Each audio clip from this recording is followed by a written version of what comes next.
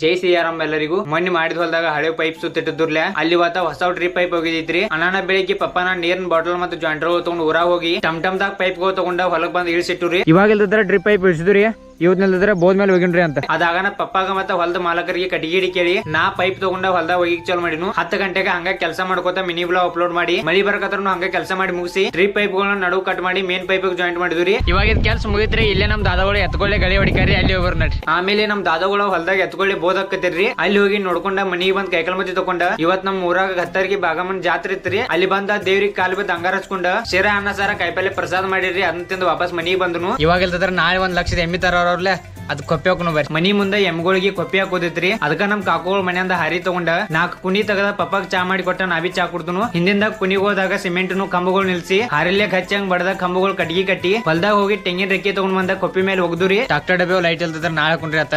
ಇವತ್ತಿನ blog channel like